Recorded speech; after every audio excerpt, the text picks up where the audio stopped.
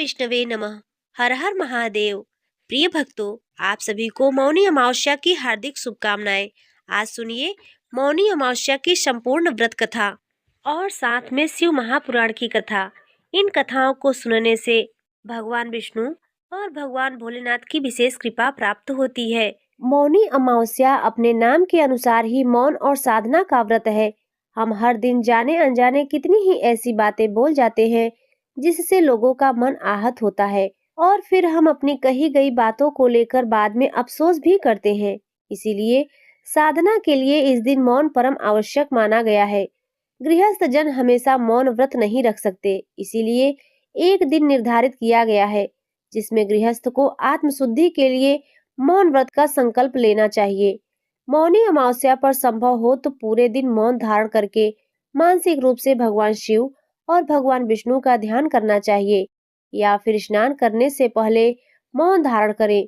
स्नान करने के बाद ही कुछ भी बोले और दिन भर कोई भी ऐसी बात न कहे जिससे किसी का मन आहत हो जाए। मौनी अमावस्या माघ कृष्ण चतुर्दशी के ठीक अगले दिन आती है। माघ कृष्ण चतुर्दशी को भगवान शिव का विवाह माता पार्वती जी से तय हुआ था और अगले दिन मुनियों और देवी देवताओं ने भगवान शिव की साधना के लिए उनकी उपासना की थी। भगवान विष्णु ने देवी पार्वती जी के भाई बनकर उनके विवाह संबंधी कार्यक्रम में भाग लेना स्वीकार किया था।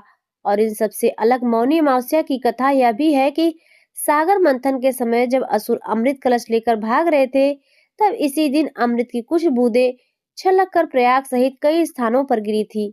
इसीलिए मौनी अमावस्या पर प्रयाग सहित अन्य तीर्थों में स्नान करके दान पुण्य करने से कई गुना लाभ मिलता है। लाभ तो इस दिन व्रत करने और कथा श्रवण से भी बहुत अधिक मिलता है। इन सब के अलावा अमावस्या का दिन पितृदेवताओं को समर्पित माना जाता है। और यदि इस दिन अमावस्या की कथा के साथ साथ महापुराण के 5 अध्याय की कथा को सुनकर अथवा पढ़कर उसका पुण्य अपने पितरों को समर्पित किया जाए तो न केवल पितृजन तृप्त हो जाते हैं बल्कि परिवारजनों को भी भरपूर आशीर्वाद देते हैं, जिस कारण परिवार में सुख शांति बनी रहती है, पितृ दोष भी दूर हो जाता है। तो आज आपको सुनाते हैं मौनी अमावस्या के दिन सुनी जाने वाली संपूर्ण कथाएं। तो प्रेम से बोलिए विघ्नहर्ता गणेश भगवान की जय। एक समय की बात है, किसी नगर में एक राजा राज्य करते थे। उनका परिवार और प्रजा सुख पूर्वक अपना जीवन बिता रहे थे। राजा की रानी बहुत धार्मिक विचारों की थी। वह हर समय पूजा पाठ आदि किया करती थी। राजा के महल के बिल्कुल सामने एक साहूकार की हवेली थी। रानी और साहूकारनी पक्की सहेलियां थी। एक दिन साहूकार के घर से जोर जोर की रोने की आवाज आ रही थी। तब रानी ने साहूकारनी के रोने की आवाज सुनी तो वह राजा से बोली, महाराज, ये रोने की आवाज कहाँ से आ रही है? तब राजा ने रानी को बताया, रानी, साहूकार का पुत्र मर गया है, इसीलिए साहूकारनी बहुत दुखी है और अपने पुत्र की मृत्यु के कारण वह दुख से रो रही है। तब रानी ने राजा से पूछा, महाराज, यह दुख क्या होता है? तो राजा बोला, उसका बेटा मर गया है, इसीलिए वे दोनों दुखी हैं। रानी ने फिर पूछा, लेकिन महाराज, यह दुख क्या होता है? मैं समझ नहीं पा रही। तब राजा सोच में पड़ गया कि अब मैं रानी को कैसे समझाऊं कि दुख क्या होता है। क्रोध में आकर राजा ने रानी से कहा, तुम्हारे पुत्र की मृत्यु होगी तब तुम्हें पता चलेगा कि दुख क्या होता है। जाओ और अपने पुत्र को मार दो, तो तुम्हें पता चल जाएगा कि दुख क्या होता है। ऐसा कहकर राजा वहां से चला गया। तब रानी ने राजा की बात मानकर वैसा ही किया और महल की छत से अपने बेटे को नीचे गिरा दिया। लेकिन भगवान की कृपा से राजा का बेटा बच गया। अब राजा अपने बेटे को देखने के लिए उसके पास दौड़ा दौड़ा आया तो देखता है कि उसका बेटा सामने से चला आ रहा है। उसे देखकर राजा को बहुत आश्चर्य हुआ। इतनी ऊपर से गिरने पर भी उसके बेटे को एक खरोंच भी नहीं लगी थी। तब रानी ने राजा से फिर वही सवाल किया, महाराज, अब बताइए दुख क्या होता है? तो राजा बोला, पड़ोसी राज्य के सैनिक युद्ध कर रहे हैं और अब मैं अकेला ही उनसे लड़ने जाऊंगा। जब मेरी मृत्यु का समाचार तुम्हें मिलेगा तब तुम्हें दुख का एहसास हो जाएगा। ऐसा कहकर राजा युद्ध के मैदान की ओर चला गया। लेकिन अमावस्या माता की कृपा से राजा अकेला ही जीतकर महल वापस लौट आया। अब राजा भी सोच में पड़ गया, आखिर क्या कारण है कि रानी को मैं यह समझा नहीं पा रहा हूँ कि दुख क्या होता है। तब राजा ने रानी को बुलवाया और उससे कहा, हम गंगा यात्रा के लिए जाएंगे, तुम तैयारी कर लो। वहां जाकर मैं गंगा में कूदकर अपनी जान दे दूंगा। तब तुम्हें एहसास हो जाएगा कि दुख क्या होता है। उधर कैलाश पर्वत पर भगवान भोलेनाथ और माता पार्वती यह सारा दृश्य देख रहे थे। भोलेनाथ माता पार्वती से बोले, पार्वती, कलयुग में तुम्हें एक सुखी आत्मा के दर्शन कराता हूँ। तब भगवान शिव ने एक बकरे का और माता पार्वती ने एक बकरी का रूप धारण किया। वे दोनों एक नदी के किनारे घास चरने लगे। इतने में राजा और रानी की सवारी वहां आ पहुंची। सुंदर नदी को देखकर राजा रानी से बोला, राजन, हम यहीं विश्राम करते हैं, फिर आगे बढ़ेंगे। राजा रानी वहां उतर गए और पेड़ की छाया में बैठ गए। कुछ देर बाद राजा पानी लेने के लिए चला गया। तब बकरी का रूप धारण किए माता पार्वती भोलेनाथ से बोली, हे प्रभु, इस रानी को दुख का एहसास क्यों नहीं हो रहा है? यह दुख कब देखेगी? इसे दुख क्यों नहीं मिल रहा? रानी ने उस बकरी को इंसानी भाषा में बात करते सुन लिया। तब भगवान शिव माता पार्वती से कहने लगे, अपने पिछले जन्म में इस रानी ने अमावस्या का व्रत किया, इसीलिए इस जन्म में यह रानी बनी है और सुख का आनंद ले रही है। गंगा जी में बह जाने पर भी राजा की मृत्यु नहीं होगी। रानी ने बकरा और बकरी बने भोलेनाथ और माता पार्वती की सारी बातें सुन ली। फिर जब राजा पानी में लेकर आया तो रानी ने उसे सारी बात बता दी। वे दोनों वापस अपने महल को लौट आए और राजा ने अपने राज्य में घोषणा करवा दी कि अब से सभी लोग अमावस्या का व्रत करेंगे। राजा खुद भी अमावस्या की पूजा और व्रत करने लगा। जय हो अमावस्या माता की, जय भोलेनाथ और जय माता पार्वती की।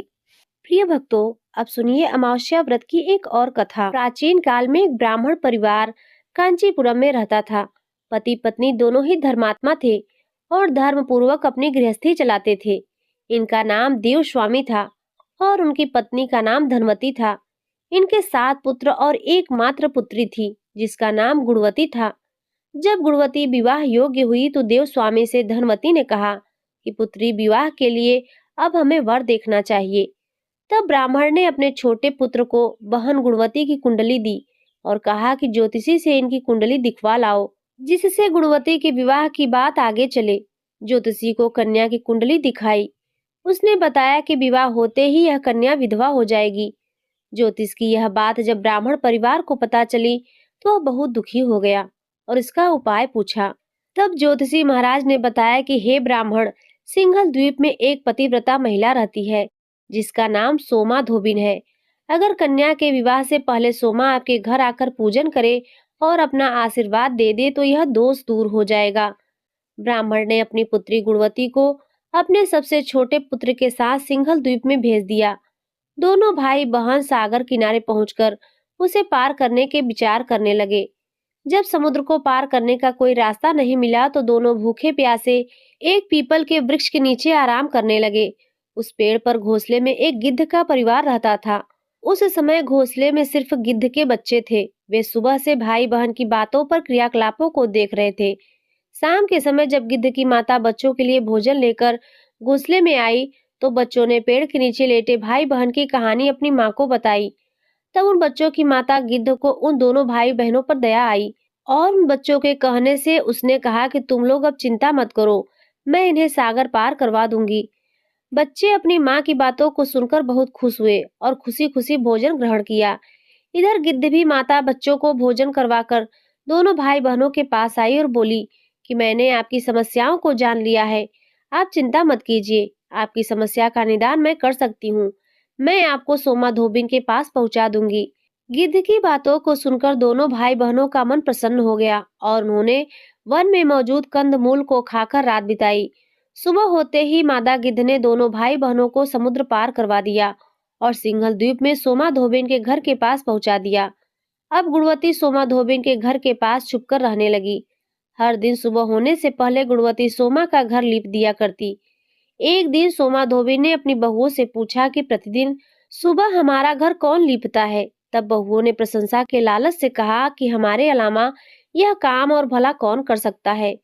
लेकिन सोमा को बहुओं की बातों पर विश्वास नहीं हुआ और यह जानने के लिए वह पूरी रात जागती रही कि कौन है जो हर दिन सूर्योदय से पहले घर लीप जाता है। सोमा ने देखा कि एक कन्या उसके आंगन में आई और आंगन लीपने लगी। सोमा गुणवती के पास आई और उससे पूछने लगी कि तुम कौन हो और क्यों हर सुबह मेरे आंगन को लीप कर चली जाती हो। गुणवती ने तब अपना सारा हाल सोमा धोबिन से कह डाला। गुणवती की बातों को सुनकर सोमा ने कहा कि तुम्हारे सुहाग के लिए मैं तुम्हारे साथ चलूंगी। सोमा ने ब्राह्मण के घर आकर पूजन किया, लेकिन विधाता के विधान को कौन टाल सकता है। इधर गुणवती का विवाह हुआ और उधर उसकी पति की मृत्यु हो गई। तब सोमा ने अपने समस्त पुण्य गुणवती को दान दिए। सोमा के पुण्य से गुणवती का पति जीवित हो गया, लेकिन पुण्यों की कमी से इधर सोमा के घर में उसके पति और बेटे की मृत्यु हो गई। लेकिन सोमा ने अपना घर छोड़ने से पहले बहुओं से कह दिया था कि मेरे लौटने से पहले अगर मेरे बेटे और पति को कुछ होता है तो उनके शरीर को संभाल कर रखना। बहुओं ने सास की आज्ञा को मानकर सभी के मृत शरीरों को संभाल कर रखा। उधर सोमा धोबिन ने सिंघल द्वीप से वापस लौटते हुए रास्ते में पीपल के वृक्ष की छाया में भगवान विष्णु की पूजा करके 108 बार पीपल की परिक्रमा की। इसके पुण्य के प्रभाव से सोमा धोबिन के घर लौटते ही उसके पति और बेटा फिर से पुनर्जीवित हो गए। इसीलिए मौनी अमावस्या का व्रत करने वाले सभी भक्तों को इस कथा को सुनकर पीपल की 108 बार परिक्रमा करनी चाहिए और भगवान विष्णु सहित भगवान शिव का पूजन भी अवश्य करना चाहिए। प्रिय भक्तों, अब आइए सुनते हैं शिव महापुराण की एक अत्यंत ही सुंदर पावन कथा। श्री शौनक जी बोले, हे महाज्ञानी सूत जी, संपूर्ण सिद्धांतों के ज्ञाता, हे प्रभु, मुझसे पुराणों की कथाओं के सार तत्व का विशेष रूप से वर्णन कीजिए। सदाचार, भगवत भक्ति और विवेक की वृद्धि कैसे होती है तथा साधु पुरुष किस प्रकार अपने काम, क्रोध आदि मानसिक विकारों का निवारण करते हैं। इस घोर कलयुग में जीव प्रायः आसुर स्वभाव के हो गए हैं। उस जीव समुदाय को शुद्ध दैवी संपत्ति से युक्त बनाने के लिए सर्वश्रेष्ठ उपाय क्या है? आप इस समय मुझे ऐसा कोई शाश्वत साधन बताइए जो कल्याणकारी वस्तुओं में भी सबसे उत्कृष्ट एवं परम मंगलकारी हो तथा पवित्र करने वाले उपायों में भी सर्वोत्तम पवित्र कारक उपाय हो। तात वह साधन ऐसा हो जिसके अनुष्ठान से शीघ्र ही अंतःकरण की विशेष शुद्धि हो जाए तथा उससे निर्मल चित्त वाले पुरुष को सदा के लिए शिव की प्राप्ति हो जाए। सूत जी बोले, मुनि श्रेष्ठ शौनक जी, आप धन्य हैं। आपके हृदय में पुराण कथा सुनने के प्रति विशेष प्रेम एवं लालसा है। इसीलिए मैं शुद्ध बुद्धि से विचार कर परम उत्तम शास्त्र का वर्णन करता हूँ। वत्स, संपूर्ण शास्त्रों के सिद्धांत से संपन्न भक्ति आदि को बढ़ाने वाले, भगवान शिव को संतुष्ट करने वाले तथा कानों के लिए रसायन स्वरूप दिव्य पुराण का श्रवण कीजिए। यह उत्तम शिव महापुराण काल रूपी सर्प से प्राप्त होने वाले महान त्रास का विनाश करने वाला है। हे मुने, पूर्व काल में शिव जी ने इसे कहा था। गुरुदेव व्यास जी ने सनत कुमार मुनि का उपदेश पाकर कलयुग के प्राणियों के कल्याण के लिए बड़े आदर से संक्षेप में इस पुराण का प्रतिपादन किया है। हे मुने, विशेष रूप से कलयुग के प्राणियों की चित्त शुद्धि के लिए इस शिव महापुराण के अतिरिक्त कोई अन्य साधन नहीं है। हे मुने, जिस बुद्धिमान मनुष्य के पूर्व जन्म के बड़े पुण्य होते हैं, उसी महाभाग्यशाली व्यक्ति को इस पुराण से प्रीति होती है। यह शिव महापुराण परम उत्तम शास्त्र है। इसे इस भूतल पर भगवान शिव का वांग्य स्वरूप समझना चाहिए और सब प्रकार से इसका सेवन करना चाहिए। इस पठन और श्रवण से शिव भक्ति पाकर श्रेष्ठतम स्थिति में पहुंचा हुआ मनुष्य शीघ्र ही शिव पद को प्राप्त कर लेता है। इसीलिए संपूर्ण यत्न करके मनुष्यों के इस पुराण के अध्ययन को अभिष्ट साधन माना है और इसका प्रेम पूर्वक श्रवण भी संपूर्ण वांछित फलों को देने वाला है। भगवान शिव के इस पुराण को सुनने से मनुष्य सब पापों से मुक्त हो जाता है तथा बड़े बड़े उत्कृष्ट भोगों का उपभोग करके अंत में शिवलोक को प्राप्त कर लेता है। राजसूय यज्ञ और सैकड़ों अग्निष्टोम यज्ञों से जो पुण्य प्राप्त होता है वह भगवान शिव की कथा के सुनने मात्र से प्राप्त हो जाता है। हे मुने, जो लोग इस श्रेष्ठ शास्त्र शिव महापुराण श्रवण करते हैं उन्हें मनुष्य नहीं समझना चाहिए। वे रुद्र स्वरूप ही हैं। इसमें संदेह नहीं है। इस पुराण का श्रवण और कीर्तन करने वालों के चरण कमल की धूलि को मुनिगण तीर्थ ही समझते हैं। जो प्राणी परम पद को प्राप्त करना चाहते हैं उन्हें सदा भक्ति पूर्वक इस निर्मल शिव महापुराण का श्रवण करना चाहिए। हे मुनि श्रेष्ठ, यदि मनुष्य सदा इसे सुनने में समर्थ न हो तो उसे प्रतिदिन स्थिर चित्त से एक मुहूर्त भी इसको सुनना चाहिए। हे मुने, यदि मनुष्य प्रतिदिन सुनने में भी असक्त हो तो उसे किसी पवित्र महीने में इस शिव महापुराण का श्रवण अवश्य करना चाहिए। जो लोग एक मुहूर्त उसका आधा, उसका भी आधा अथवा क्षण मात्र भी इस पुराण का श्रवण करते हैं उनकी दुर्गति नहीं होती। हे मुनीश्वर, जो पुरुष इस शिव महापुराण की कथा को सुनता है वह सुनने वाला पुरुष कर्म रूपी महावन को जलाकर संसार के पार हो जाता है। हे मुने, सभी दानों और सभी यज्ञों से जो पुण्य मिलता है वह फल भगवान शिव के इस पुराण को सुनने से निश्चल हो जाता है। हे मुने, विशेषकर इस कली काल में जो शिव महापुराण के श्रवण के अतिरिक्त मनुष्यों के लिए मुक्तिदायक कोई अन्य श्रेष्ठ साधन नहीं है। शिव पुराण का श्रवण और भगवान शंकर के नाम का संकीर्तन दोनों ही मनुष्यों को कल्प वृक्ष के समान सम्यक फल देने वाले हैं, इनमें संदेह नहीं है। कलयुग में धर्माचरण से शून्य चित्त वाले दुर्बुद्धि मनुष्यों के उद्धार के लिए भगवान शिव ने अमृत स्वरूप शिव महापुराण की उद्भावना की है। अमृत पान करने से जो केवल अमृत पान करने वाला ही मनुष्य अजर अमर होता है, किंतु भगवान शिव का यह कथा अमृत संपूर्ण कुल को ही अजर अमर कर देता है। शिव महापुराण की परम पवित्र कथा का विशेष रूप से सदा ही सेवन करना चाहिए। इस शिव महापुराण की कथा के श्रवण का क्या फल कहूँ। इसके श्रवण मात्र से भगवान सदाशिव उस प्राणी के हृदय में विराजमान हो जाते हैं। यह शिव महापुराण नामक ग्रंथ 24,000 श्लोकों से युक्त है। इसमें 7 संहिताएं हैं। मनुष्य को चाहिए कि वह भक्ति, ज्ञान और वैराग्य से भली भांति संपन्न हो, बड़े आदर से इसका श्रवण करे। पहली विद्येश्वर संहिता, दूसरी रुद्र संहिता, तीसरी शतरुद्र संहिता, चौथी कोटि रुद्र संहिता और 5वीं उमा संहिता कही गई है। छठी कैलाश संहिता और 7वीं वायवीव संहिता। इस प्रकार इसमें 7 संहिताएं हैं। 7 संहिताओं से युक्त यह दिव्य शिव महापुराण परम ब्रह्म परमात्मा के समान विराजमान है और सबसे उत्कृष्ट गति प्रदान करने वाला है। जो मनुष्य 7 संहिताओं वाले इस शिव महापुराण को आदर पूर्वक पूरा पढ़ता है वह जीवन मुक्त कहा जाता है। हे मुने, जब तक इस उत्तम शिव महापुराण को सुनने का सुअवसर नहीं प्राप्त होता तब तक अज्ञानवश प्राणी इस संसार चक्र में भटकता रहता है। भ्रमित कर देने वाले अनेक शास्त्रों और पुराणों के श्रवण से क्या लाभ है, जबकि एक शिव महापुराण की मुक्ति प्रदान करने के लिए गर्जन कर रहा है। जिस घर में इस शिव महापुराण की कथा होती है वह घर तीर्थ स्वरूप ही है और उसमें निवास करने वाले लोग पाप नष्ट कर देता है। हजारों अश्वमेघ यज्ञ और सैकड़ों वाजपेयी यज्ञ शिव महापुराण की 16वीं कला की भी बराबरी नहीं कर सकते।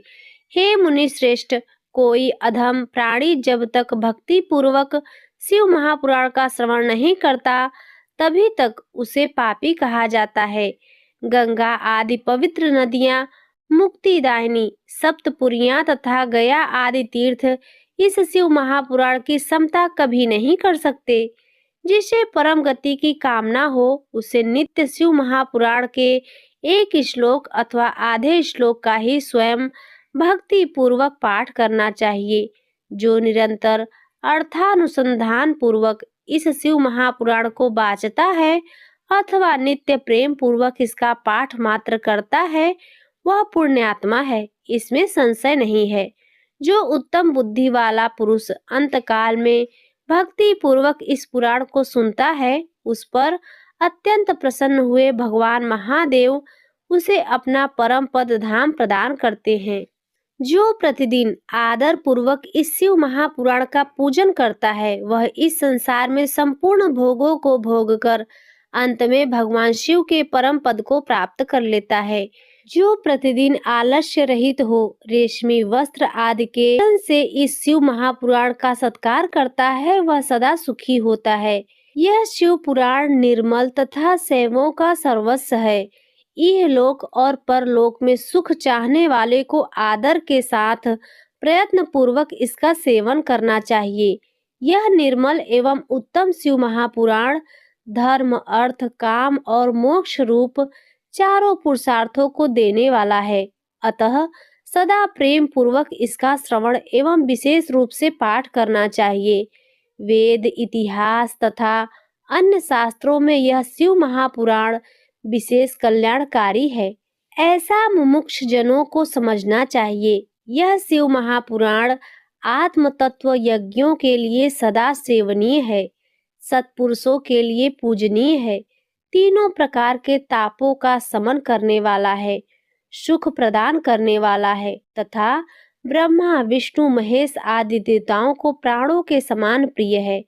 ऐसे शिव महापुराण को मैं प्रसन्न चित्त से सदा वंदन करता हूँ। भगवान शंकर मुझ पर प्रसन्न हो और अपने चरण कमलों की भक्ति मुझे प्रदान करें। सौनक जी बोले, हे महाभाग सूत जी, आप धन्य हैं, परमार्थ तत्व के ज्ञाता हैं। आपने कृपा करके हम लोगों को यह बड़ी अद्भुत एवं दिव्य कथा सुनाई है। हमने यह पाप नाशनी, मन को पवित्र करने वाली और भगवान शिव को प्रसन्न करने वाली अद्भुत कथा सुनी। भूतल पर इस कथा के समान कल्याण का सर्वश्रेष्ठ साधन दूसरा कोई नहीं है। यह बात हमने आज आपकी कृपा से निश्चय पूर्वक समझ ली है। हे सूत जी, कलयुग में इस कथा के द्वारा कौन कौन से पापी शुद्ध होते हैं, उन्हें कृपा पूर्वक बताइए और इस जगत को कृतार्थ कीजिए। सूत जी बोले, हे मुने, जो मनुष्य पापी दुराचारी खल तथा काम क्रोध आदि से निरंतर डूबे रहने वाले हैं, वे भी इस पुराण से अवश्य शुद्ध हो जाते हैं। यह कथा वास्तव में उत्तम ज्ञान यज्ञ है जो सदा सांसारिक भोग और मोक्ष को देने वाला है, सभी पापों को नष्ट करने वाला है और भगवान शिव को प्रसन्न करने वाला है। जो अत्यंत लालची, सत्य विहीन, अपने माता पिता से द्वेष करने वाले, पाखंडी तथा हिंसक वृत्ति के हैं, वे भी इस ज्ञान यज्ञ से शुद्ध हो जाते हैं। अपने वर्णाश्रम धर्म का पालन न करने वाले और ईर्ष्याग्रस्त लोग भी कलिकाल में इस ज्ञान यज्ञ के द्वारा पवित्र हो जाते हैं। जो लोग छल कपट करने वाले, क्रूर स्वभाव वाले और अत्यंत निर्दयी हैं, कलयुग में वे ही इस ज्ञान यज्ञ से शुद्ध हो जाते हैं। ब्राह्मण के धन से पालने वाले तथा निरंतर व्यभिचारण परायण जो लोग हैं, वे भी इस ज्ञान यज्ञ से इस कलिकाल में भी पवित्र हो जाते हैं। जो मनुष्य सदा पाप कर्मों में लिप्त रहते हैं, शठ हैं और अत्यंत दूषित विचार वाले हैं, वे कलयुग में भी इस ज्ञान यज्ञ से निर्मल हो जाते हैं। दुष्चरित्र, दुर्बुद्धि, उद्विग्न चित्त वाले और देवताओं के द्रव्य का उपभोग करने वाले पापी जन भी कलिकाल में भी इस ज्ञान यज्ञ से पवित्र हो जाते हैं। इस पुराण के श्रवण का पुण्य बड़े बड़े पापों को नष्ट करता है, सांसारिक भोग तथा मोक्ष प्रदान करता है और भगवान शंकर को प्रसन्न करता है। इस संबंध में मुनिगण इस प्राचीन इतिहास का उदाहरण दिया करते हैं, जिसके श्रवण मात्र से पापों का पूर्णतया नाश हो जाता है। पहले की बात है, किरात नगर में एक ब्राह्मण रहा करता था, जो अज्ञानी, दरिद्र, रस बेचने वाला तथा वैदिक धर्म से विमुख था। वह स्नान, संध्या आदि कर्मों से भ्रष्ट हो गया था और वैश्यावृत्ति में तत्पर रहता था। उसका नाम था देवराज। वह अपने ऊपर विश्वास करने वाले लोगों को ठगा करता था। उसने ब्राह्मणों, क्षत्रियों, वैश्यों, शूद्रों तथा दूसरों को भी अनेक बहाने से मारकर उनका धन हड़प लिया था। बाद में उसने अधर्म से बहुत सारा धन अर्जित कर लिया था, परंतु उस पापी का थोड़ा सा भी धन कभी धर्म के काम में नहीं लगा। एक दिन वह ब्राह्मण एक तालाब पर नहाने गया। वहां शोभावती नाम की एक वेश्या को देखकर वह अत्यंत मोहित हो गया। वह सुंदरी भी उस धनी ब्राह्मण को अपने वशीभूत हुआ जानकर प्रसन्न हुई। आपस में वार्तालाप से उसमें प्रीति उत्पन्न हो गई। उस ब्राह्मण ने उस वेश्या को पत्नी बनाना तथा उस वेश्या ने उसे पति बनाना स्वीकार कर लिया। इस प्रकार कामवश होकर वे दोनों बहुत समय तक विहार करते रहे। बैठने, सोने, खाने पीने तथा क्रीड़ा में ये दोनों निरंतर पति पत्नी की तरह व्यवहार करने लगे। अपने माता पिता तथा पत्नी के बार बार रोकने पर भी पाप कृत्य में संलग्न वह ब्राह्मण उनकी बात नहीं मानता था। एक दिन रात्रि में उस दुष्ट ईर्ष्यावश अपने सोए हुए माता पिता और पत्नी को मार डाला और उनका धन हर लिया। वेश्या में आसक्त चित्त वाले उस कामी ने अपना और पिता आदि का सारा धन उस वेश्या को दे दिया। वह पापी अभ्यक्ष भक्षण तथा मद्यपान करने लगा और वह नीच ब्राह्मण उस वेश्या के साथ एक ही पात्र में सदा जूठा भोजन करने लगा। एक दिन घूमता घामता वह दैव योग से प्रतिष्ठानपुर श्री प्रयाग में जा पहुंचा। वहां उसने एक शिवालय देखा जहां बहुत से साधु महात्मा एकत्र हुए थे। देवराज उस शिवालय में ठहर गया और वहां उस ब्राह्मण को ज्वर आ गया। उस ज्वर से उसकी बड़ी पीड़ा होने लगी। वहां एक ब्राह्मण देवता शिव महापुराण की कथा सुना रहे थे। ज्वर में पड़ा हुआ देवराज ब्राह्मण के मुखारविंद से निकली हुई उस शिव कथा को निरंतर सुनता रहा। एक मास के बाद वह ज्वर से अत्यंत पीड़ित होकर चल बसा। यमराज के दूत आए और उसे पासों से बांधकर बलपूर्वक यमपुरी ले गए। इतने में ही शिवलोक भगवान शिव के पार्षदगण आ गए। उनके गौर गंग कर्पूर के समान उज्जवल थे। हाथ त्रिशूल से सुशोभित हो रहे थे। उनके संपूर्ण अंग भस्म से उद्भासित थे और रुद्राक्ष मालाएं उनके शरीर की शोभा बढ़ा रही थी। वे सब के सब क्रोध करते हुए यमपुरी गए और यमराज के दूतों को मार पीट कर बारंबार धमकाकर उन्होंने देवराज को उनके चंगुल से छुड़ा लिया और अत्यंत अद्भुत विमान पर बिठाकर जब वे शिवदूत कैलाश जाने को उद्यत हुए, उस समय यमपुरी में बड़ा भारी कोलाहल मच गया। उस कोलाहल को सुनकर धर्मराज अपने भवन से बाहर आए। साक्षात दूसरे रुद्रों के समान प्रतीत होने वाले उन चारों दूतों को देखकर धर्मज्ञ धर्मराज ने उनका विधि पूर्वक पूजन किया। यम ने ज्ञान दृष्टि से देखकर सारा वृत्तांत जान लिया। उन्होंने भय के कारण भगवान शिव के उन महात्मा दूतों से कोई बात नहीं पूछी।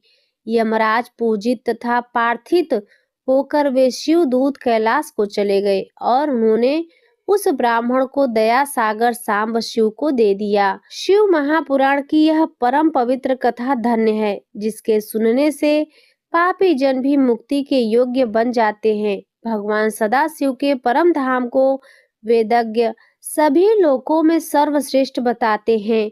ब्राह्मण, क्षत्रिय, वैश्य, शूद्र तथा अन्य प्राणी, यहाँ तक कि जिस पापी ने धन के लोभ से अनेक लोगों की हत्या की थी तथा अपने माता पिता और पत्नी को भी मार डाला था, वह वेश्यागामी शराबी ब्राह्मण देवराज भी इस कथा के प्रभाव से भगवान शिव के परम धाम को प्राप्त कर तत्क्षण मुक्त हो गया। सौनक जी बोले, हे महाभाग सूत जी, आप सर्वज्ञ हैं।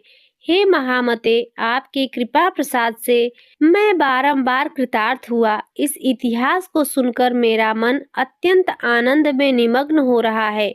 अतः अब भगवान शिव प्रेम बढ़ाने वाली शिव संबंधी दूसरी कथा को भी कहिए। अमृत पीने वालों को लोक में कहीं मुक्ति नहीं प्राप्त होती, किंतु भगवान शंकर के कथा अमृत पान को प्रत्यक्ष ही मुक्ति देने वाला है। सदाशिव की जिस कथा के सुनने मात्र से मनुष्य शिवलोक को प्राप्त कर लेता है, वह कथा धन्य है। धन्य है और कथा का श्रवण करने वाले आप भी धन्य हैं और धन्य हैं। सूत जी बोले, हे शौनक सुनिए, मैं आपके सामने गोपनीय कथा वस्तु का भी वर्णन करूंगा, क्योंकि आप शिव भक्तों में अग्रगण्य हैं तथा वेद वेत्ताओं में श्रेष्ठ हैं। समुद्र के निकटवर्ती प्रदेश में एक बाष्कल नामक ग्राम है, जहाँ वैदिक धर्म से विमुख महापापी द्विज निवास करते हैं। वे सब के सब बड़े दुष्ट हैं। उनका मन दूषित विषय भोगों में ही लगा रहता है। वे न देवताओं पर विश्वास करते हैं न भाग्य पर। वे सभी कुटिल वृत्ति वाले हैं, किसानी करते हैं और भांति भांति के घातक अस्त्र शस्त्र रखते हैं। वे पर स्त्री गमन करने वाले और खल हैं। ज्ञान वैराग्य तथा सधर्म को भी बिल्कुल नहीं जानते। वे सभी पशु बुद्धि वाले हैं, सदा दूषित बातों को सुनने में संलग्न रहते हैं। जहाँ द्विज ऐसे हों, वहाँ के अन्य वर्णों के विषय में क्या कहा जाए। अन्य वर्णों के लोग भी उन्हीं की भांति कुत्सित विचार रखने वाले, स्वधर्म विमुख एवं खल हैं। वे सदा कुकर्म में लगे रहते हैं और नित्य विषय भोगों में ही डूबे रहते हैं। वहाँ की सब स्त्रियां भी कुटिल स्वभाव की, स्वेच्छाचारिणी, पापाषढ़, कुत्सित विचार वाली और व्यभिचारिणी हैं। वे सद्व्यवहार तथा सदाचार से सर्वथा शून्य है। कुजनों के निवास स्थान उस बाष्कल नामक ग्राम में किसी समय एक बिंदुक नामधारी ब्राह्मण रहता था। वह बड़ा अधम था। वह दुरात्मा और महापापी था। यद्यपि उसकी स्त्री बड़ी सुंदर थी, तो भी वह कुमार्ग पर ही चलता था। काम वासना से कलुषित चित्त वह वेश्यागामी था। उसकी पत्नी का नाम चंचुला था। वह सदा उत्तम धर्म के पालन में लगी रहती थी, तो भी उसे वह छोड़कर दुष्ट ब्राह्मण कामासक्त होकर वेश्यागामी हो गया था। इस तरह कुकर्म में लगे हुए उस बिंदुगत के बहुत वर्ष व्यतीत हो गए। उसकी स्त्री चंचुला काम से पीड़ित होने पर भी स्वधर्म नाश के भय से क्लेश सहकर भी दीर्घ काल तक धर्म से भ्रष्ट नहीं हुई, परंतु दुराचारी पति के आचरण से प्रभावित होने के कारण काम पीड़ित हो आगे चलकर वह स्त्री भी दुराचारिणी हो गई। भ्रष्ट चरित्र वाली वह कुमार्गामिनी अपने पति की दृष्टि बचाकर रात्रि में चोरी छिपे अन्य पापी जार पुरुष के साथ रमण करने लगी। हे मुने, एक बार उस ब्राह्मण ने अपनी उस दुराचारिणी पत्नी चंचुला को कामासक्त हो पर पुरुष के साथ रात्रि में संसर्गगत देख लिया। उस दुष्ट तथा दुराचार में आसक्त मन वाली पत्नी को रात में पर पुरुष के साथ व्यभिचारगत देखकर वह क्रोध पूर्वक वेग से दौड़ा। उस दुष्ट बिंदु को घर में आया जानकर वह कपटी व्यभिचारी तेजी से भाग गया। तब वह दुष्टात्मा बिंदुक अपनी पत्नी को पकड़कर उसे डांटता हुआ मुक्कों से बार बार पीटने लगा। वह व्यभिचारिणी दुष्टा नारी चंचुला पीटी जाने पर कुपित होकर निर्भयता पूर्वक अपने दुष्ट पति बिंदुक से कहने लगी। चंचुला बोली, मुझ पति परायणा युवती पत्नी को छोड़कर आप कुबुद्धिवश प्रतिदिन वेश्या के साथ इच्छानुसार रमण करते हैं। आप ही बताएं कि रूपवती तथा कामासक्त चित्त वाली मुझ युवती की पति संसर्ग बिना क्या गति होती होगी। मैं अत्यंत सुंदर हूँ तथा नव यौवन उन्मत्त हूँ। आपके संसर्ग बिना व्यथित चित्त वाली में काम दुख को कैसे सह सकती हूँ। सूत जी बोले, उस स्त्री के इस प्रकार कहने पर वह मूढ़ बुद्धि मूर्ख ब्राह्मण धम स्वधर्म विमुख दुष्ट पापी बिंदुक कहने लगा। बिंदुक बोला, काम से व्याकुल चित्त होकर तुमने यह सत्य ही कहा है। हे प्रिय, तुम भय त्याग दो और मैं जो तुमसे हित की बात कहता हूँ उसे सुनो। तुम निर्भय होकर नित्य पर पुरुष के साथ संसर्ग करो। उसे संतुष्ट करके उनसे धन खींचो। वह सारा धन वेश्या के प्रति आसक्त मन वाले मुझको दे दिया करो। इससे तुम्हारा और मेरा दोनों का स्वार्थ सिद्ध हो जाएगा। सूत जी बोले, पति का यह वचन सुनकर उसकी पत्नी चंचुला ने प्रसन्न होकर उसकी कही बात मान ली। उन दोनों दुराचारी पति पत्नी ने इस प्रकार समझौता कर लिया तथा वे दोनों निर्भय चित्त से कुकर्म लीन हो गए। इस तरह दुराचार में डूबे हुए उस मूढ़ चित्त वाले पति पत्नी का बहुत सा समय व्यर्थ बीत गया। तदंतर शूद्र जातीय वेश्या का पति बना हुआ वह दूषित बुद्धि वाला दुष्ट ब्राह्मण बिंदुक समयानुसार मृत्यु को प्राप्त हो नरक में जा पड़ा। बहुत दिनों तक नरक के दुख भोग कर वह मूढ़ बुद्धि पापी विंध्य पर्वत पर भयंकर पिशाच हुआ। इधर उस दुराचारी पति बिंदु के मर जाने पर वह मूढ़ दया चंचुला बहुत समय तक पुत्रों के साथ अपने घर में ही रही। इस प्रकार प्रेम पूर्वक कामासक्त होकर जारों के साथ विहार करती हुई उस चंचुला नामक स्त्री का कुछ कुछ यौवन समय के साथ ढलने लगा। एक दिन दैव योग से किसी पुण्य पर्व के आने पर वह स्त्री भाई बंधुओं के साथ गोकर्ण क्षेत्र में गई। तीर्थ यात्रियों के संग से उसने भी उस समय जाकर किसी तीर्थ के जल में स्नान किया। फिर वह साधारणतया मेला देखने की दृष्टि से बंधुजनों के साथ यत्र तत्र घूमने लगी। घूमती घामती किसी देव मंदिर में उसने एक दैवज्ञ ब्राह्मण के मुख से भगवान शिव की परम पवित्र एवं मंगलकारिणी उत्तम पौराणिक कथा सुनी। कथावाचक ब्राह्मण कह रहे थे कि जो स्त्रियां पर पुरुषों के साथ व्यभिचार करती हैं वे मरने के बाद जब यमलोक में जाती हैं तब यमराज के दूत उनकी योनि में तपे हुए लोहे का परिघ डालते हैं। पौराणिक ब्राह्मण के मुख से यह वैराग्य बढ़ाने वाली कथा सुनकर चंचुला भय से व्याकुल हो वहां कांपने लगी। जब कथा समाप्त हुई और लोग वहां से बाहर जाने लगे तब वह भयभीत नारी एकांत में शिव महापुराण कथा बाचने वाले उन ब्राह्मण से कहने लगी। चंचुला ने कहा, ब्राह्मण, मैं अपने धर्म को नहीं जानती थी, इसीलिए मेरे द्वारा बड़ा दुराचार हुआ है। मैं स्वामी इसे सुनकर मेरे ऊपर अनुपम कृपा कर मेरा उद्धार कीजिए। हे प्रभु, मैंने मूढ़ बुद्धि के कारण घोर पाप किया है। मैंने कामांध होकर अपनी संपूर्ण युवावस्था व्यभिचार में बिताई है। आज वैराग्य रस से ओतप्रोत आपके इस प्रवचन को सुनकर मुझे बड़ा भय लग रहा है। मैं कांप उठी हूँ और मुझे इस संसार से वैराग्य हो गया है। मुझ मूढ़ चित्त वाली पापिनी को धिक्कार है। मैं सर्वथा निंदा के योग्य हूँ। मैं कुत्सित विषयों में फंसी हुई हूँ और अपने धर्म से विमुख हो गई हूँ। थोड़े से सुख के लिए अपने हित का नाश करने वाले तथा भयंकर कष्ट देने वाले घोर पाप मैंने अनजाने में ही कर डाले। हाय, न जाने किस किस घोर कष्टदायक दुर्गति में मुझे पड़ना पड़ेगा और वहां कौन बुद्धिमान पुरुष कुमार्ग में मन लगाने वाली मुझ पापिनी का साथ देगा। मृत्यु काल में उन भयंकर यमदूतों को मैं कैसे देखूंगी जब वे बलपूर्वक मेरे गले में फंदे डालकर मुझे बाचेंगे। तब मैं कैसे धीरज धारण कर सकूंगी। नरक में जब मेरे शरीर के टुकड़े टुकड़े किए जाएंगे उस समय विशेष दुख देने वाली उस महायातना को मैं वहां कैसे सहूंगी। दुख और शोक से ग्रस्त होकर मैं दिन में सहज इंद्रिय व्यापार और रात्रि में नींद कैसे प्राप्त कर सकूंगी। हाय, मैं मारी गई, मैं जल गई, मेरा हृदय विदीर्ण हो गया और मैं सब प्रकार से नष्ट हो गई, क्योंकि मैं हर तरह से पाप में ही डूबी रही हूँ। हाय विधाता, मुझ पापिनी को अपने हठात ऐसी दुर्बुद्धि क्यों दी जो सभी प्रकार के सुख देने वाले स्वधर्म से दूर कर देती है।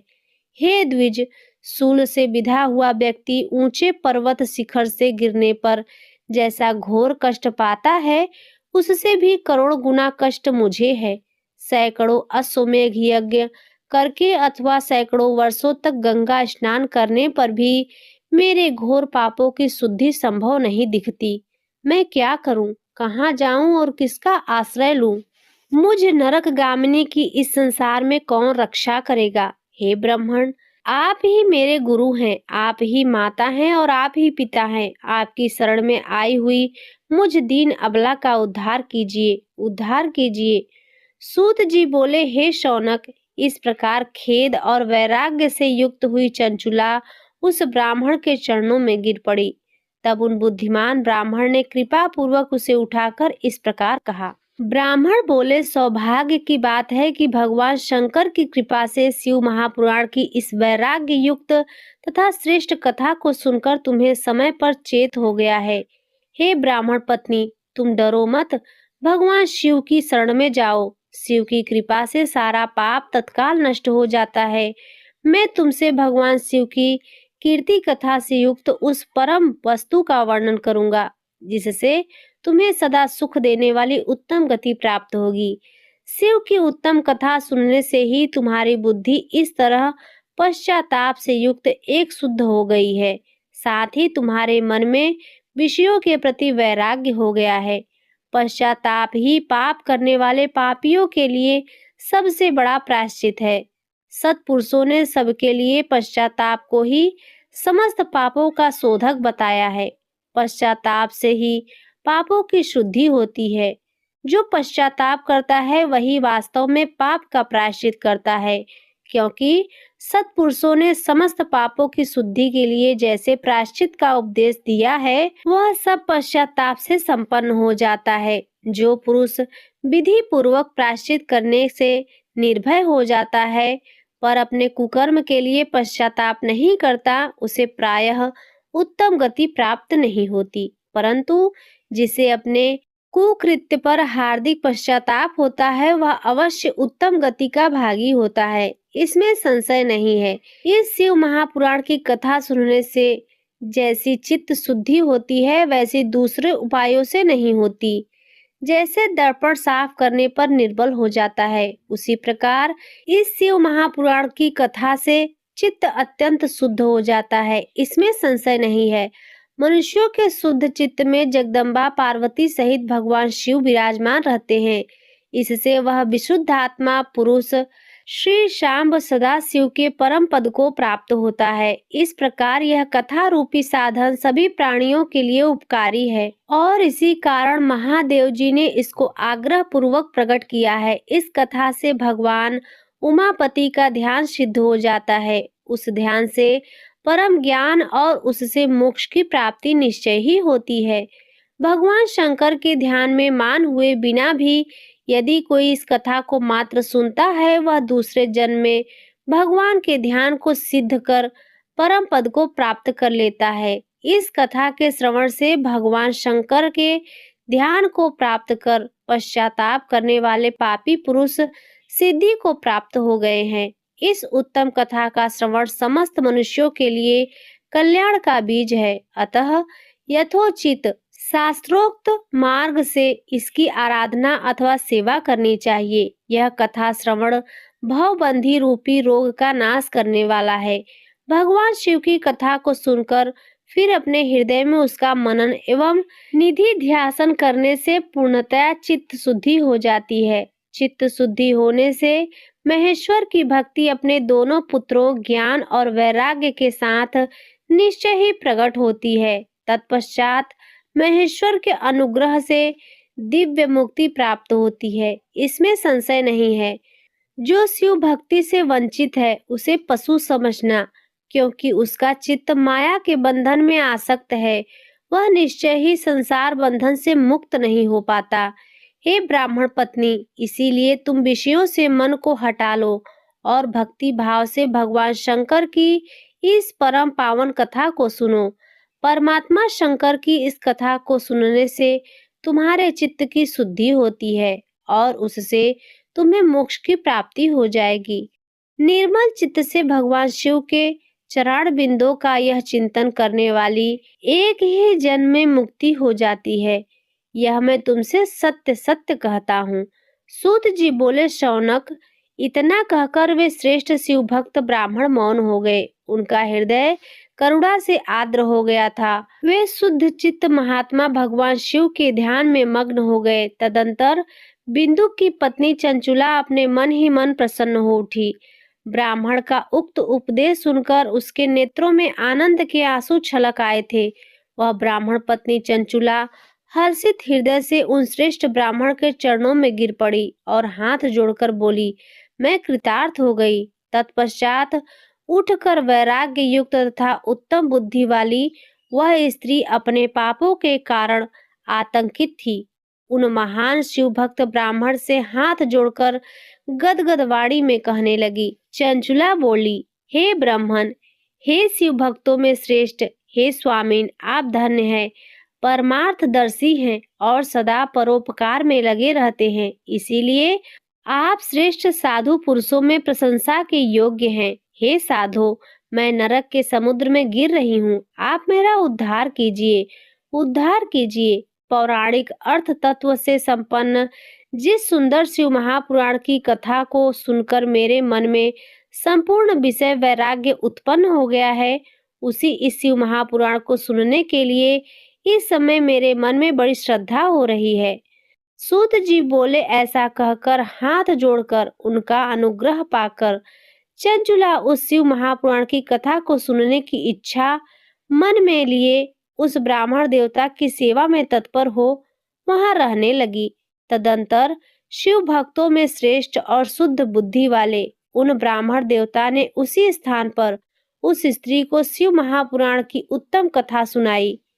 इस प्रकार उस गोकर्ण नामक महाक्षेत्र में उन्हीं श्रेष्ठ ब्राह्मण से उसने शिव महापुराण की वह परम उत्तम कथा सुनी, जो भक्ति, ज्ञान और वैराग्य को बढ़ाने वाली तथा मुक्ति देने वाली है। उस परम उत्तम कथा को सुनकर वह ब्राह्मण पत्नी अत्यंत कृतार्थ हो गई। उस सद्गुरु की कृपा से उसका चित्त शीघ्र ही शुद्ध हो गया। भगवान शिव के अनुग्रह से उसके हृदय में शिव के सद्गुणों का चिंतन होने लगा। इस प्रकार सद्गुरु का आश्रय लेकर उसने भगवान शिव में लगी रहने वाली उत्तम बुद्धि पाकर शिव के सच्चिदानंदमय स्वरूप का बारंबार चिंतन आरंभ किया। वह प्रतिदिन तीर्थ के जल में स्नान करके जटा और वल्कल धारण करने लगी तथा समूची देह में भस्म लगाकर रुद्राक्ष के आभूषण धारण करने लगी। वह भगवान शिव के नाम जप में लगी रहती थी। संयमित वाणी और अल्पाहार करते हुए गुरु के बताए मार्ग से वह शिव जी को प्रसन्न करने लगी। हे शौनक, इस प्रकार शंभु का उत्तम ध्यान करते हुए उस चंचुला का बहुत सा समय बीत गया। तत्पश्चात समय के पूर्ण होने पर भक्ति, ज्ञान और वैराग्य से युक्त चंचुला अपने शरीर को बिना किसी कष्ट के त्याग दिया। इतने में ही त्रिपुर शत्रु भगवान शिव का भेजा हुआ एक दिव्य विमान द्रुत गति से वहां पहुंचा, जो उनके अपने गणों से संयुक्त और भांति भांति के शोभा साधनों से संपन्न था। चंचुला उस विमान पर आरूढ़ हुई और भगवान शिव के श्रेष्ठ पार्षदों ने उसे तत्काल शिवपुरी में पहुंचा दिया। उसके सारे मल धुल गए थे और वह दिव्य रूप धारणी दिव्यांगना हो गई थी। उसके दिव्य अवयव उसकी शोभा बढ़ाते थे। मस्तक पर अर्धचंद्र का मुकुट धारण किए हुए वह गौरांगी देवी शोभाशाली दिव्य आभूषणों से विभूषित थी। वहां पहुंचकर उसने त्रिनेत्रधारी महादेव जी को देखा। ब्रह्मा, विष्णु आदि देवता उन सनातन शिव जी की सेवा कर रहे थे। गणेश, भृंगी, नंदीश, वीरभद्रेश्वर आदि गण उत्तम भक्ति के साथ उनकी उपासना कर रहे थे। उनकी अंग कांति करोड़ों सूर्यों के समान प्रकाशित हो रही थी। कंठ में नील चिन्ह शोभा पाता था। उनके 5 मुख थे और प्रत्येक मुख में 3-3 नेत्र थे।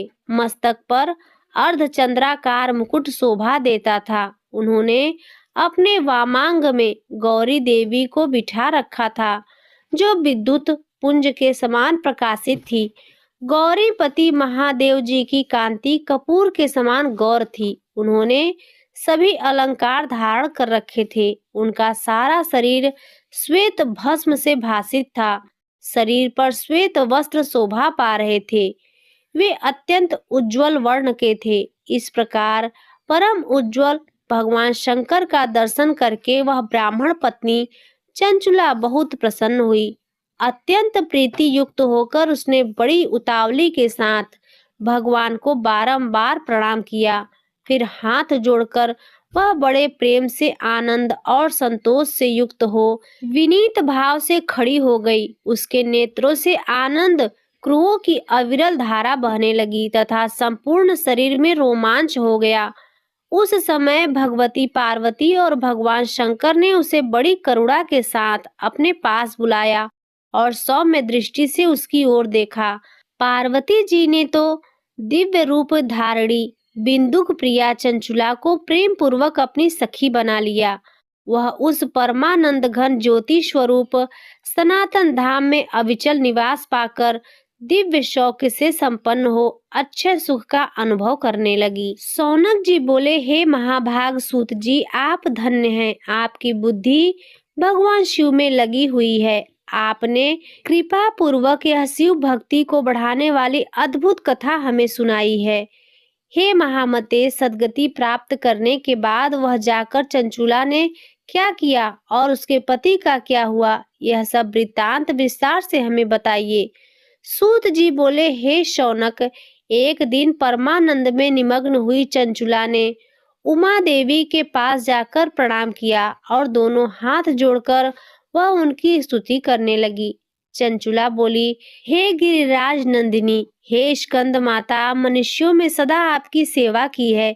समस्त सुखों को देने वाली हे शंभु प्रिय, हे ब्रह्म स्वरूपिणी, आप विष्णु और ब्रह्मा आदि देवताओं द्वारा शिव्य हैं। आप ही सगुणा और निगुणा भी हैं तथा आप ही सूक्ष्मा सच्चिदानंद स्वरूपिणी आधा प्रकृति हैं। आप ही संसार की सृष्टि, पालन और संहार करने वाली हैं। तीनों गुणों का आश्रय भी आप ही हैं। ब्रह्मा, विष्णु और महेश्वर, इन तीनों देवताओं का आवास स्थान तथा उनकी उत्तम प्रतिष्ठा करने वाली पराशक्ति आप ही हैं। सूत जी बोले, हे शौनक, जिसे सद्गति प्राप्त हो चुकी है वह चंचुला इस प्रकार महेश्वर पत्नी उमा की स्तुति करके सिर झुकाए चुप हो गई। उसके नेत्रों में प्रेम के आंसू उमड़ आए थे।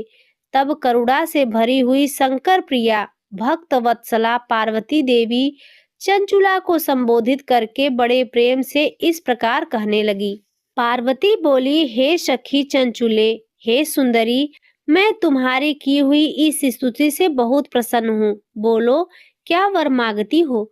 तुम्हारे लिए मुझे कुछ भी अदेय नहीं है। सूत जी बोले, पार्वती के इस प्रकार कहने पर चंचुला उन्हें प्रणाम करके दोनों हाथ जोड़कर नतमस्तक हो प्रेम पूर्वक कहने लगी। चंचुला बोली, हे निष्पाप गिरिराज कुमारी, मेरे पति बिंदुग इस समय कहाँ हैं? उनकी कैसी गति हुई है यह मैं नहीं जानती। कल्याणमयी दीन वत्सले, मैं अपने उस पति देव से जिस प्रकार संयुक्त हो सकूं, कृपा करके वैसा ही उपाय कीजिए। हे महेश्वरी, हे महादेवी, मेरे पति एक शूद्र जातीय वेश्या के प्रति आसक्त थे और पाप में ही डूबे रहते थे। उनकी मृत्यु मुझसे पहले ही हो गई थी। वे न जाने किस गति को प्राप्त हुए हैं। सूत जी बोले, चंचुला का यह वचन सुनकर नीति वत्सला हिमालय पुत्री देवी पार्वती ने अत्यंत प्रेम पूर्वक यह उत्तर दिया। गिरिजा बोली, हे सुते, तुम्हारा बिंदुक नाम वाला पति बड़ा पापी था। उसका अंतःकरण बड़ा ही दूषित था। वेश्या का उपभोग करने वाला वह महामूढ़ मरने के बाद नरक में पड़ा। अगणित वर्षों तक नरक में नाना प्रकार के दुख भोग कर वह पापात्मा अपने शेष पाप को भोगने के लिए विंध्य पर्वत पर पिशाच हुआ है। इस समय वह पिशाच की अवस्था में ही है और नाना प्रकार के क्लेश उठा रहा है। वह दुष्ट वही वायु पीकर रहता है और सदा सब प्रकार के कष्ट सहता है। सूत जी बोले, हे शौनक, गौरी देवी की यह बात सुनकर उत्तम व्रत का पालन करने वाली वह चंचुला उस समय पति के महान दुख से दुखी हो गई। फिर मन को स्थिर करके उस ब्राह्मण पत्नी ने व्यथित हृदय से महेश्वरी को प्रणाम करके पुनः पूछा। चंचुला बोली, हे महेश्वरी, हे महादेवी, मुझ पर कृपा कीजिए और दूषित कर्म करने वाले मेरे उस दुष्ट पति का अब उद्धार कर दीजिए। हे देवी, कुत्सित बुद्धि वाले मेरे उस पापात्मा पति को किस उपाय से उत्तम गति प्राप्त हो सकती है, यह शीघ्र बताइए। आपको नमस्कार है।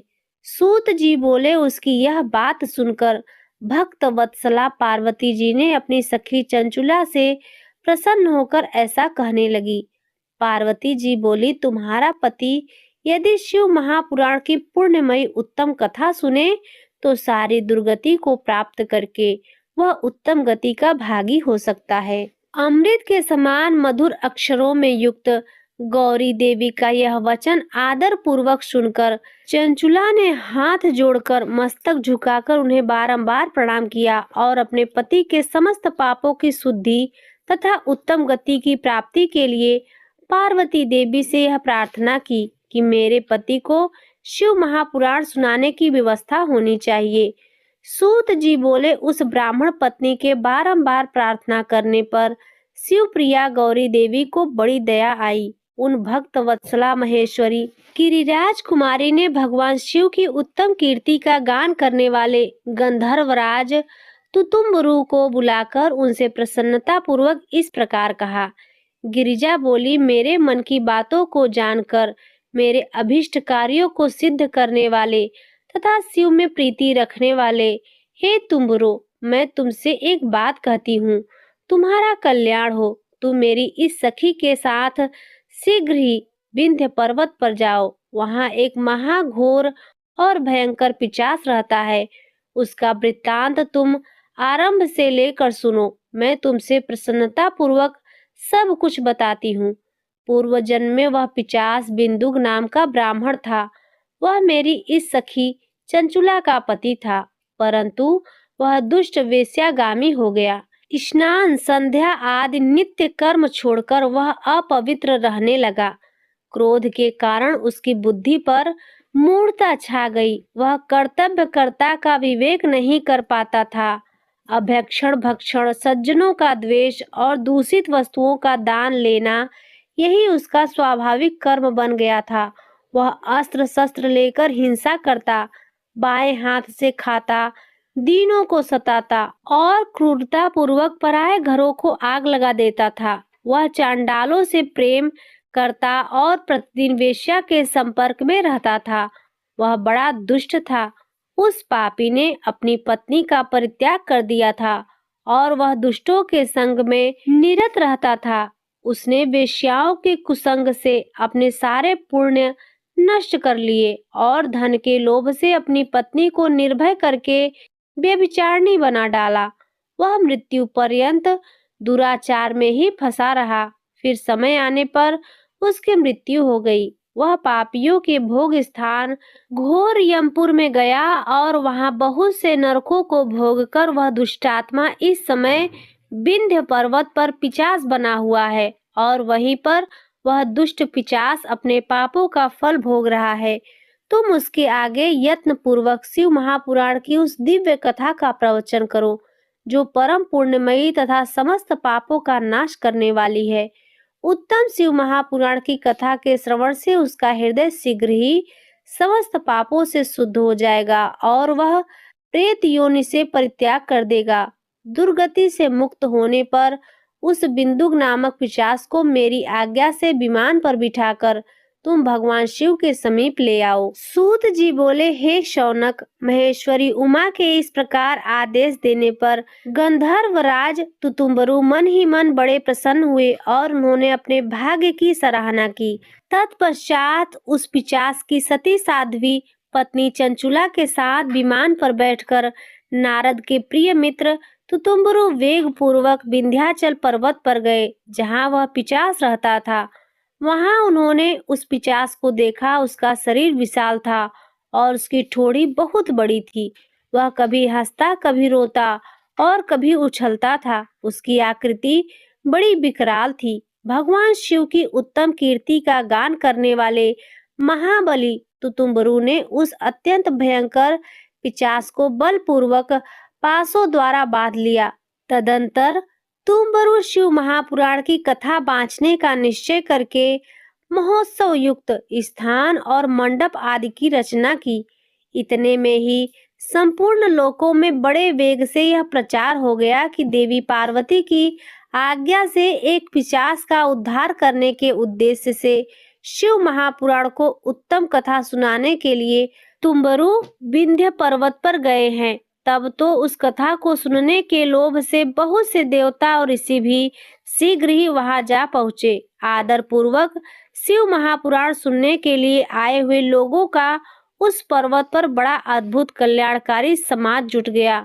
तत्पश्चात तुम्बरु ने उस पिशाच को पासों से बांधकर आसन पर बिठाया और हाथ में बीड़ा लेकर गौरीपति की कथा का गान आरंभ किया। महात्म सहित पहली अर्थात प्रथम संहिता से लेकर 7वीं संहिता तक शिव महापुराण की कथा का उन्होंने स्पष्ट वर्णन किया। 7 संहिता वाले शिव महापुराण का आदर पूर्वक श्रवण करके वे सभी श्रोता पूर्णतः कृतार्थ हो गए। उस परम पुण्यमय शिव महापुराण को सुनकर उस पिशाच ने अपने सारे पापों को धोकर उस पैशाचिक शरीर को त्याग दिया। शीघ्र ही उसका रूप दिव्य हो गया, अंग कांति गौर वर्ण की हो गई। शरीर पर श्वेत वस्त्र तथा सब प्रकार के पुरुषोचित आभूषण उसके अंगों को उद्भासित करने लगे। वह त्रिनेत्रधारी चंद्रशेखर रूप हो गया। इस प्रकार दिव्य देहधारी होकर श्रीमान बिंदुक अपनी भार्या चंचुला के साथ स्वयं भी पार्वती पति भगवान शिव के दिव्य चरित्र का गुणगान करने लगा। उसकी स्त्री को इस प्रकार दिव्य रूप से सुशोभित देखकर वे सभी देवता और ऋषि बड़े विस्मित हुए। उनका चित्त परम आनंद से परिपूर्ण हो गया। भगवान महेश्वर का वह अद्भुत चरित्र सुनकर वे सभी परम कृतार्थ हो प्रेम पूर्वक श्री शिव का यशोगान करते हुए अपने अपने धाम को चले गए। दिव्य रूपधारी श्रीमान बिंदुक भी सुंदर विमान पर अपनी प्रियतमा के पास बैठकर सुख पूर्वक आकाश में स्थित हो परम शोभा पाने लगा। तदंतर महेश्वर के सुंदर एवं मनोहर गुणों का गान करता हुआ वह अपनी प्रियतमा तथा तुम्बरु के साथ शीघ्र ही शिवधाम में जा पहुंचा। वहां भगवान महेश्वर तथा पार्वती देवी ने प्रसन्नता पूर्वक बिंदुक का बड़ा सत्कार किया और उसे अपना गढ़ बना लिया। उसकी पत्नी चंचुला पार्वती जी की सखी हो गई। उस घनी भूत ज्योति स्वरूप परमानंदमय सनातन धाम में अविचल निवास पाकर वे दोनों दंपति परम सुखी हो गए। यह उत्तम इतिहास मैंने आपको सुनाया, जो पापों का नाश करने वाला, उमा महेश्वर को आनंद देने वाला, अत्यंत पवित्र तथा उनमें भक्ति बढ़ाने वाला है। जो इसे भक्ति पूर्वक सुनता है अथवा एकाग्रचित होकर इसका पाठ करता है, वह अनेक सांसारिक सुखों को भोगकर अंत में मुक्ति प्राप्त करता है। तो प्रेम से बोलिए उमापति महेश की जय। प्रिय भक्तों, अब सुनिए शिव चालीसा दोहा। जय गणेश गिरिजा सुमन मंगल मूल सुजान, कहत अयोध्या दास तुम देव अभय वरदान। चौपाई। जय गिरजापति दीन दयाला, सदा करत संतन प्रतिपाला। भाल चंद्रमा सोहत नीके, कानन कुंडल नाक फनीके। अंग गौर सिर गंग बहाए, मुंड माल तन छार लगाए। वस्त्र खाल बाघंबर सोहे, छवि को देख नाग मुनि मोह। मैना मातु की हवे दुलारी, वाम अंग सोहत छवि न्यारी। कर त्रिशूल सोहत छवि भारी, कर सदा शत्रुन क्षयकारी। नंदी गणेश सोहत कैसे, सागर मध्य कमल है जैसे। कार्तिक श्याम और गणराऊ, या छवि को कहे जात न काऊ। देवन जब ही जाए पुकारा, तब ही दुख प्रभु आप निवारा। किया उपद्रव तारक भारी, देवन सम्मिल तुम्हें जुहारी। तुरंत शरण आप पठायो, लौ निमेष महामार गिरायो। आप जलंधर असुर संहारा, स्वेश तुम्हार विदित संसारा। त्रिपुरासुर सरिंधु मचाई, सबही कृपा कलीन बचाई। किया तपहि भागीरथ भारी, पुर प्रतिज्ञा तासु पुरारी। दानिन मह तुम समकोउ नाही, सेवक की स्तुति करत सदाही। वेद नाम महिमा तव गाई, अकथ अनादि भेद नहीं पाई। प्रगट उदधि मंथन में ज्वाला, जरसुरासुर भय बिहाला। कीन्ह दया तह करी सहाई, नीलकंठ तब नाम कहाई। पूजा रामचंद्र जब कीन्हा, जीत के लंक विभीषण दीन्हा। सहस कमल में हो रहे धारी, कीन्ह परीक्षा तबहि पुरारी। एक कमल प्रभु राख्यो जोई, कमल नयन पूजह चह सोई। कठिन भक्ति देख प्रभु शंकर, भय प्रसन्न दिए इच्छित वर। जय जय जय अनंत अविनाशी, करत कृपा सबके घटवासी।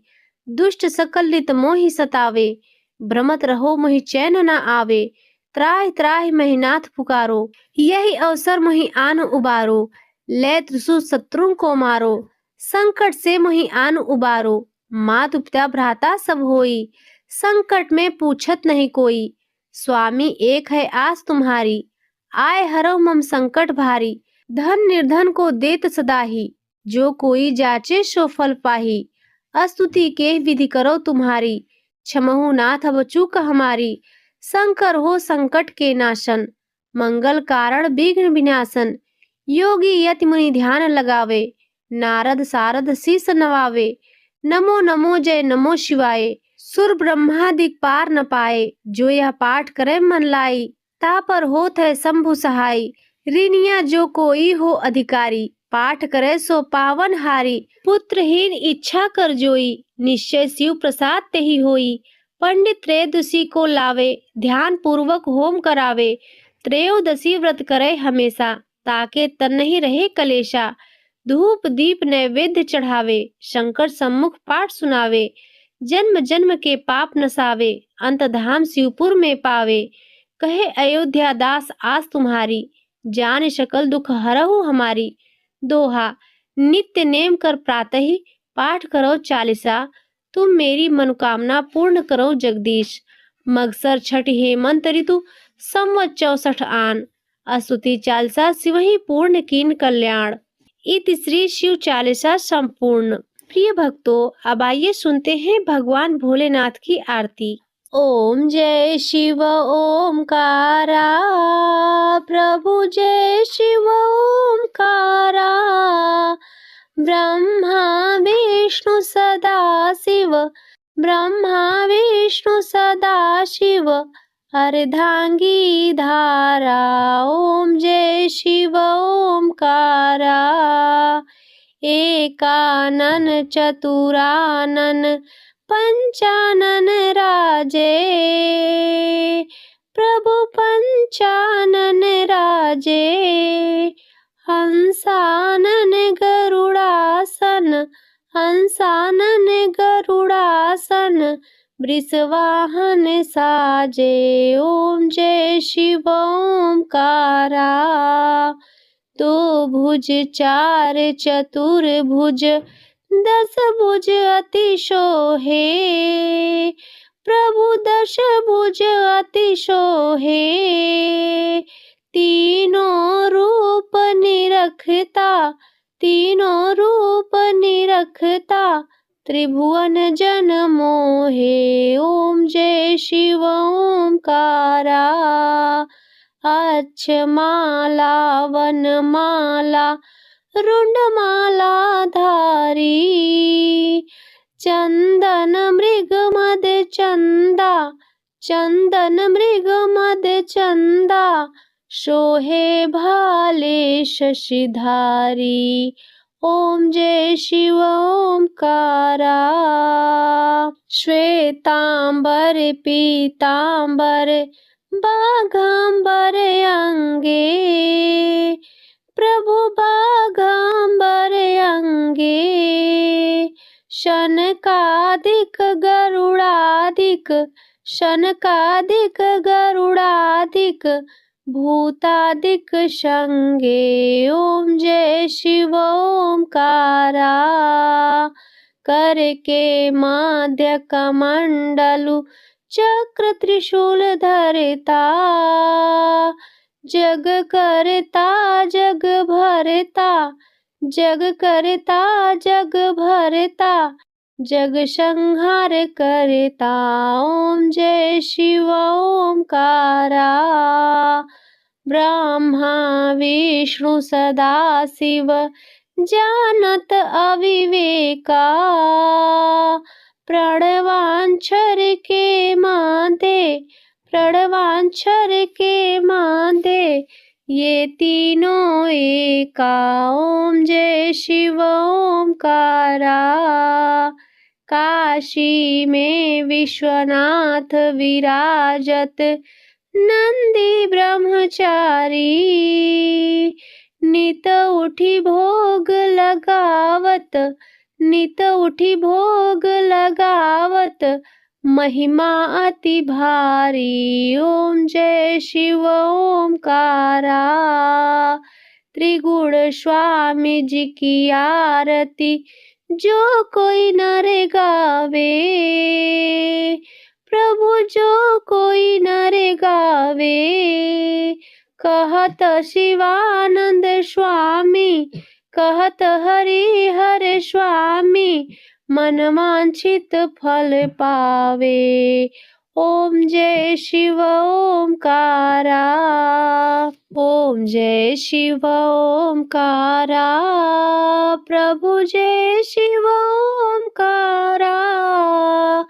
ब्रह्मा विष्णु सदा शिव, ब्रह्मा विष्णु सदा शिव, अर्धांगी धारा। ओम जय शिव ओमकारा। तो प्रेम से बोलिए गौरी शंकर भगवान की जय।